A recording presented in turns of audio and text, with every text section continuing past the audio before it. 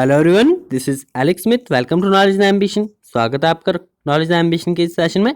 यहाँ पर आज हम करेंगे Himachal Pradesh police constable and HRTC conductor के रिगार्डिंग जो आपकी जीए के सेक्शन की सीरीज चली हुई है उसका पार्ट 13 हम यहाँ पर डिस्कस करेंगे। तो ये 13वां पार्ट है। इससे पहले की वीडियोज नहीं देखी आपने तो वीडियो सेक्शन में जाके आप उन्हें देख सकते हो। प्लेलिस्ट सेक्शन जरूर विजिट कीजिएगा। वहाँ पर आपके लिए काफ़ी इंपॉर्टेंट स्टडी मटेरियल जो अपडेटेड है तो आप उन्हें देख सकते हो। तो शुरू करते हैं। अगर आप चैनल पर पहली बार आए तो प्लीज़ चैनल को सब्सक्राइब भी कर लीजिए और नोटिफिकेशन बेल को ऑन भी कर लीजिए ताकि आने वाले सभी रेगुलर अपडेट्स जो आप तक रेगुलरली पहुंचते रहे। तो शुरू करते हैं। और इस वीडियो का पीडीएफ जो आपको व्हाट्सएप ग्रुप और टेलीग्राम चैनल में मिल जाएगा। लिंक आपका डिस्क्रिप्शन बॉक्स में दे दिया गया है, आप वहां से ज्वाइन कर सकते हो। तो स्टार्ट करते हैं। फर्स्ट क्वेश्चन है हमारा, रावत भाटा परमाणु केंद्र कहाँ पर स्थित है?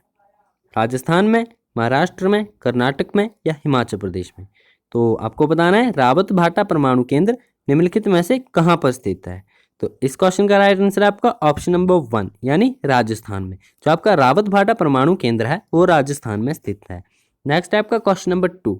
पूछा गया कि विश्व की सड़कों के आधार पर भारत का विश्व में कौन सा स्थान है? मोस्ट इंपॉर्टेंट, इसे नोट कीजिएगा यदि आप एचआरटीसी कंडक्टर की तैयारी कर रहे हो तो, क्योंकि आने वाले जो नेक्स्ट 4 से 5 क्वेश्चन है वो एचआरटीसी कंडक्टर में आने के फुल चांसेस है, तो आप ध्यान से सुनिएगा। पूछा गया है कि विश्व की सड़कों के आधार पर भारत का विश्व में कौन सा स्थान है? पहला स्थान, दूसरा स्थान, तीसरा स्थान या पांचवा स्थान? तो इसका राइट आंसर है आपका ऑप्शन नंबर 2 यानी दूसरा स्थान। जो विश्व की सड़कों के आधार पर भारत का विश्व में स्थान है वो है आपका दूसरा। आपको पहला याद रखना है। यहाँ पर पहला जो है आपका यूएस का है, यूनाइटेड स्टेट्स का है, और जो दूसरे नंबर पर आता है वो आपका प्यारा भारत आता है। तो ये क्वेश्चन आपको याद रखना है। नेक्स्ट है आपका क्वेश्चन नंबर 3। पूछा गया कि भारत के किस राज्य में सबसे अधिक पक्की सड़कें हैं? राजस्थान में, महाराष्ट्र में, गोवा में या मध्य प्रदेश में? तो इसका राइट आंसर है आपका ऑप्शन नंबर 4 यानी मध्य प्रदेश में।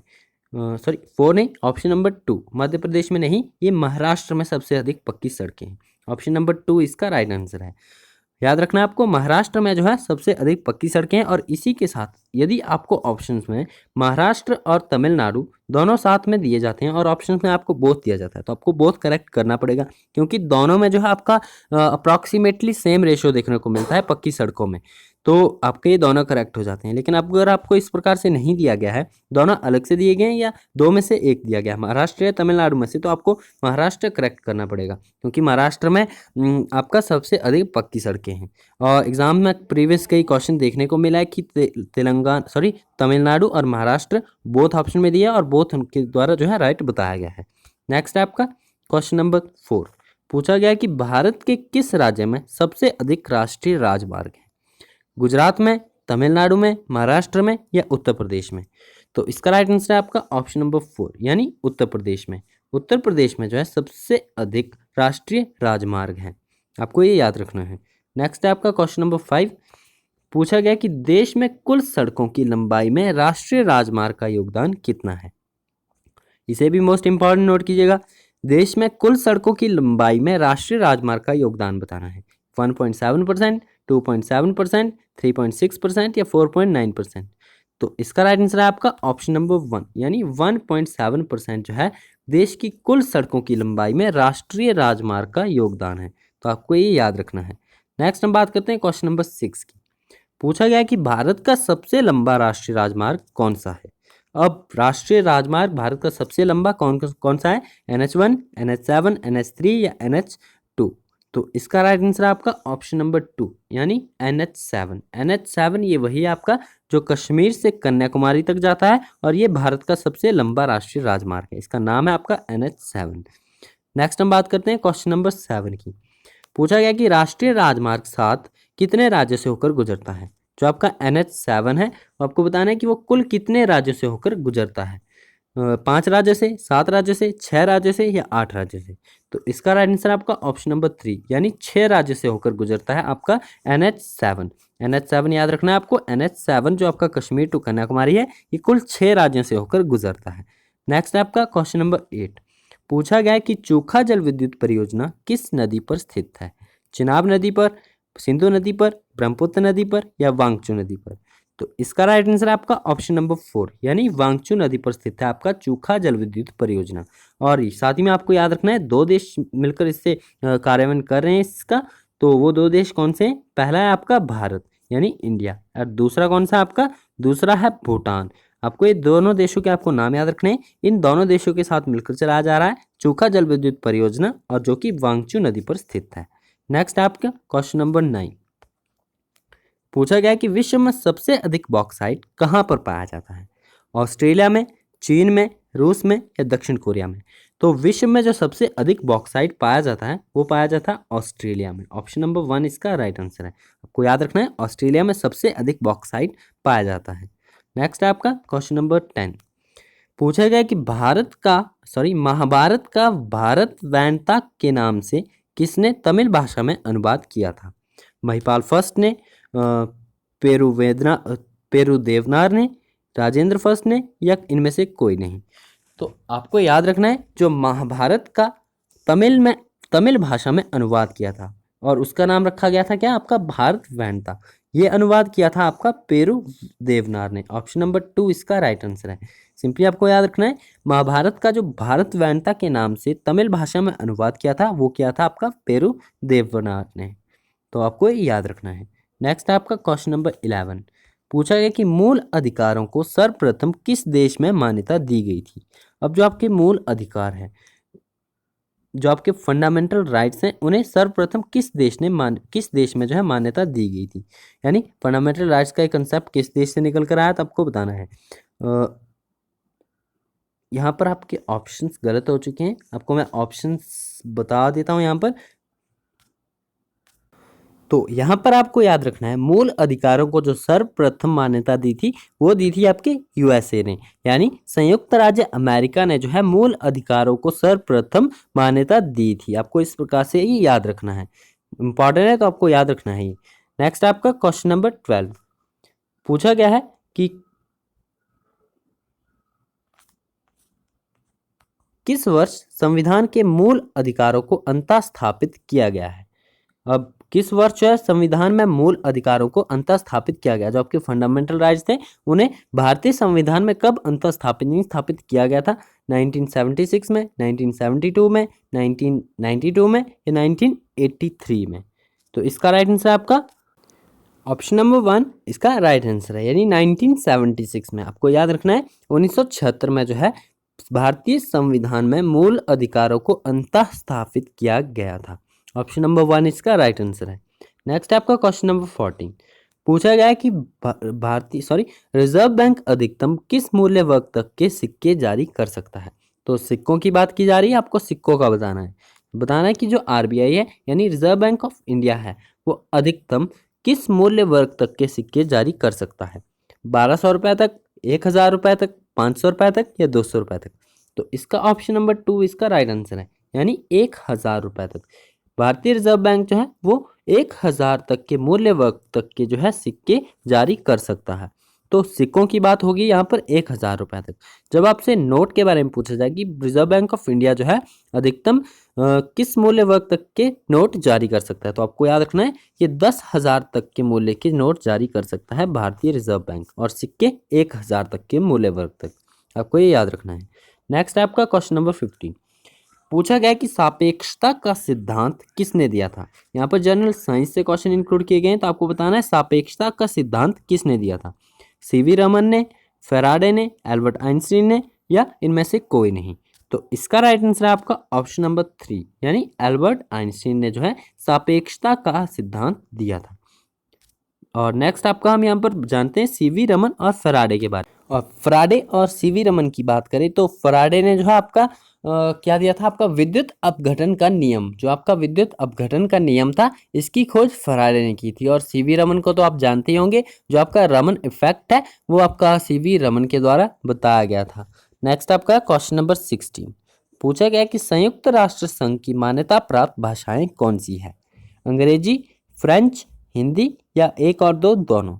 तो इसका राइट आंसर है आपका ऑप्शन नंबर 4 यानी फर्स्ट एंड सेकंड, हिंदी और फ्रेंच। संयुक्त राष्ट्र संघ की बात करें तो वहाँ पर जो भाषाएं आपकी मान्यता प्राप्त भाषाएं वो है आपकी अंग्रेजी और फ्रेंच।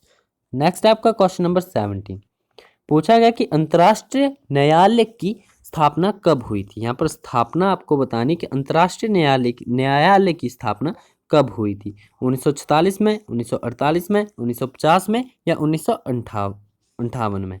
तो इसका राइट आंसर है आपका ऑप्शन नंबर 1 यानी 1946 में। 1946 में जो है अंतर्राष्ट्रीय न्यायालय की स्थापना हुई थी, आपको याद रखना है। और इसी के साथ आपको पता होना चाहिए कि जो आपका अंतर्राष्ट्रीय न्यायालय है इसकी स्थापना हुई थी आपकी 1946 में, और इसका मुख्यालय कहाँ पर है। तो मुख्यालय आपको पता होना चाहिए, इसका जो मुख्यालय है वो द हैग यानी नीदरलैंड्स में, नीदरलैंड्स के द हैग में जो है अंतर्राष्ट्रीय न्यायालय का मुख्यालय है। तो आपको याद रखना है। नेक्स्ट है आपका क्वेश्चन नंबर 18। पूछा गया कि खान अब्दुल गफ्फार खान को भारत रत्न कब दिया गया था। 1968 में, 1987 में, 1990 में या 1992 में। तो इसका राइट आंसर है आपका ऑप्शन नंबर 2 यानी 1987 में। 1987 में जो है खान अब्दुल गफ्फार खान को जो है भारत रत्न दिया गया था, आपको याद रखना है। इंपॉर्टेंट है, कई बार एग्जाम में देखने को भी मिला है। नेक्स्ट आपका रमन मैग्सेसे पुरस्कार का शुभारंभ कहाँ से हुआ था। तो जो आपका प्रेजेंट टाइम पे भी ये अवार्ड दिया जाता है रमन मैग्सेसे पुरस्कार, तो आपको बताना है ये पुरस्कार का शुभारंभ कहाँ से हुआ था। यानी यहाँ पर आपको कंट्रीज के नाम बताए गए हैं, आपको बताना है कि रमन मैग्सेसे का शुभारंभ किस देश ने किया था, किस देश से इसकी शुरुआत हुई थी। तो इसकी शुरुआत हुई थी आपकी फिलीपींस से। ऑप्शन नंबर 3 इसका राइट आंसर आपको याद रखना है। जो आपका रमन मैग्सेसे पुरस्कार का शुभारंभ हुआ था वो हुआ था फिलीपींस से। और इसी के साथ बात करते हैं हम कब किया गया था, आपको ये भी याद रखना है। फिलीपींस में 1957 में ये शुरुआत हुई थी रमन मैग्सेसे पुरस्कार की, तो आपको ये याद रखना है। नेक्स्ट है आपका क्वेश्चन नंबर 20। पूछा गया है कि समेध शिखर किस धर्म का तीर्थ स्थल है। अब समेध शिखर ये आपका एक तीर्थ स्थल है, आपको बताना है कि किस धर्म का तीर्थ स्थल है। मुस्लिम धर्म का, हिंदू धर्म का, बौद्ध धर्म का या जैन धर्म का। तो इसका राइट आंसर है आपका ऑप्शन नंबर 4 यानी जैन धर्म का। याद रखना है इसका नाम जो आपका ये तीर्थ स्थल है समेध तीर्थ स्थल, तो ये जो है आपका जैन धर्म से संबंधित है। ऑप्शन नंबर 4 इसका राइट आंसर है। नेक्स्ट है आपका क्वेश्चन नंबर 21। यहाँ पर कुछ करंट अफेयर के कुछ इंपॉर्टेंट क्वेश्चंस इंक्लूड किए गए हैं, आपको इन्हें भी ध्यान से पढ़ना है। पूछा गया कि when is the international transgender day of visibility observe. अब यहाँ पर मैं आपको बता देता हूँ जो international transgender day of visibility है वो कब मनाया जाता है। 31 मार्च को, मार्च 30 को, मार्च 28 को या मार्च 29 को। तो जो आपका याद रखना है आपको नाम international transgender day of visibility ये ऑब्जर्व किया जाता है 31 मार्च को, 31 मार्च को आपका याद रखना है ये। नेक्स्ट आपका क्वेश्चन नंबर 22। पूछा गया कि पंजाब नेशनल बैंक में किन दो बैंकों के मुख्य अधिकारी को विशेष कर्तव्य पर अधिकारी के रूप में नामित किया है। तो ये किया गया आपका ओरिएंटल बैंक ऑफ कॉमर्स और यूनियन बैंक ऑफ इंडिया के साथ। ऑप्शन नंबर डी इसका राइट आंसर है। हाल ही में ये न्यूज़ में रहा था कि पंजाब नेशनल बैंक के को जो है दो बैंकों के मुख्य अधिकारियों को जो है विशेष कर्तव्य के अधिकारी के रूप में नामित किया गया है। तो आपको याद रखना है ओरिएंटल बैंक ऑफ कॉमर्स और यूनियन बैंक ऑफ इंडिया के साथ के जो यूनियन बैंक ऑफ इंडिया के जो दो मुख्य अधिकारियों को जो है विशेष कर्तव्य पर अधिकारी के रूप में नामित किया गया है पंजाब नेशनल बैंक में। तो इसका ऑप्शन नंबर 4 इसका राइट आंसर है। नेक्स्ट आपका क्वेश्चन नंबर 23। पूछा गया कि which state UT government has launch 5T action plan to combat कोविड-19। तो आपके कोविड-19 महामारी से निपटने के लिए किस राज्य ने 5T एक्शन प्लान जो है आपका लॉन्च किया है। तो आपको सिंपली नाम याद रखना है, कीवर्ड्स में इनको याद रखना है। 5T एक्शन प्लान लॉन्च किया आपका न्यू दिल्ली ने। ऑप्शन नंबर 4 इसका राइट आंसर है। जो आपका 5T एक्शन प्लान है कोविड-19 से निपटने के लिए वो दिल्ली सरकार द्वारा आपका शुरू किया गया है। नेक्स्ट है आपका क्वेश्चन नंबर 24। पूछा गया कि जॉइंट सोलर पार्टिकल स्टॉर्म नामक अध्ययन के लिए नासा का मिशन क्या है। अब जो आपका जॉइंट सोलर पार्टिकल स्टॉर्म के अध्ययन के लिए, यानी ये आपका सूर्य से रिलेटेड है, सन से रिलेटेड है, तो इनका एक मिशन है जॉइंट सोलर पार्टिकल स्टॉर्म। ये अध्ययन जो आपका है इसे नासा का कौन सा मिशन है, इस मिशन को जो ओवरऑल बात करें इस मिशन को जो है क्या नाम दिया गया है नासा के द्वारा। तो इसको नाम दिया गया आपका सनराइज। ये आपके सूर्य के जो आपके जॉइंट सोलर पार्टिकल स्टॉर्म नामक अध्ययन है, ये सूर्य के अध्ययन करेगा कि किस प्रकार जो है आपका सूर्य के एनर्जी फ्यूज़न और फिज़न की प्रोसेस जो है वो एक्टिव रहती है, तो वो सभी इस प्रकार का नासा का एक मिशन है, अध्ययन है, जिसे नाम दिया गया है नासा द्वारा सनराइज। याद रखना, आपको हाल ही में न्यूज़ में रहा था।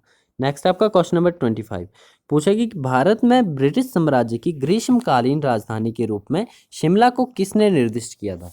तो अगर आप वंडरलैंड की सीरीज़ के साथ हमारे डेली सेशन में जुड़ते हो तो आपको इन क्वेश्चंस का आंसर पता होगा, क्योंकि हम डेली बेसिस पर इन क्वेश्चंस को डिस्कस करते हैं। भारत में ब्रिटिश साम्राज्य की ग्रीष्मकालीन राजधानी के रूप में शिमला को जो निर्दिष्ट किया था वो किया था आपका सर जॉन लॉरेंस ने। ऑप्शन नंबर 2 इसका राइट आंसर है। सर जॉन लॉरेंस ने जो है आपका भारत में ब्रिटिश साम्राज्य की ग्रीष्मकालीन राजधानी के रूप में शिमला को निर्दिष्ट किया था। ऑप्शन नंबर 2 इसका राइट आंसर है। नेक्स्ट हम बात करते हैं क्वेश्चन नंबर 2 की। कुमारसेन की किस राजा ने शांगरी किले पर अधिकार किया और कुल्लू के राजा को करांगला और नागी में हराया था। मदन सिंह, अजमेर सिंह, केहर सिंह या प्रीतम सिंह। तो इसका राइट आंसर है ऑप्शन नंबर 2 यानी अजमेर सिंह। जो आपका कुमारसेन के अजमेर सिंह ने श्रांगली किले पर अधिकार कर लिया और कुल्लू के राजा को जो है करांगली और नागी में हराया था। नेक्स्ट आपका क्वेश्चन नंबर 3 1925 में शिमला में कौन सा अंतिम भवन अंग्रेजों द्वारा बनाया गया था। Peter Hoff, Barnes Court, council chamber या इनमें से कोई नहीं। तो इसका राइट आंसर है आपका ऑप्शन नंबर 3 यानी जो आपका काउंसिल चैम्बर था। काउंसिल चैम्बर नामक ये भवन अंग्रेजों द्वारा 1925 में बनाया गया था और अंग्रेजों द्वारा बनाया गया शिमला में अंतिम भवन था। आपको याद रखना है ऑप्शन नंबर 3 इसका राइट आंसर है।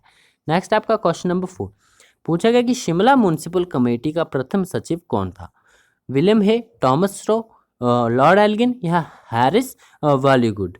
तो इसका राइट आंसर आपका ऑप्शन नंबर 4 जो आपके हैरिस वॉलीगुड थे ये शिमला म्युनिसिपल कमेटी के प्रथम सचिव थे। आपको याद रखना है। नेक्स्ट आपका क्वेश्चन नंबर 5 पूछा गया कि शिमला शहर में किस वर्ष म्युनिसिपल कमेटी के स्थान पर म्युनिसिपल कॉर्पोरेशन की स्थापना की गई थी। 1978 में, 1981 में, 1872 में या 1958 में। तो इसका राइट आंसर आपका ऑप्शन नंबर 1 यानी 1978 में जो है 1978 में शिमला म्युनिसिपल कमेटी के स्थान पर शिमला म्युनिसिपल कॉर्पोरेशन की स्थापना की गई थी। ऑप्शन नंबर 1 इसका राइट आंसर है। तो ये थे हमारे आज के कुछ इंपॉर्टेंट क्वेश्चंस। आई होप आपके लिए बेनिफिशियल होंगे और ये हमारी आने वाली जो कंटिन्यूस सीरीज चल रही है वो आपके एग्जाम के पॉइंट ऑफ व्यू से इंपॉर्टेंट होगी। तो अगर वीडियो पसंद आती है तो वीडियो को लाइक ज़रूर कीजिएगा, अपने फ्रेंड्स के साथ शेयर जरूर कीजिएगा और जितने हो सके आप अपने दोस्तों के साथ शेयर कीजिए ताकि ज़्यादा से ज़्यादा स्टूडेंट तक ये पहुँच सके। तो आज की वीडियो में इतना ही, मिलते हैं नेक्स्ट वीडियो में। Thanks for watching, best of luck for your bright future.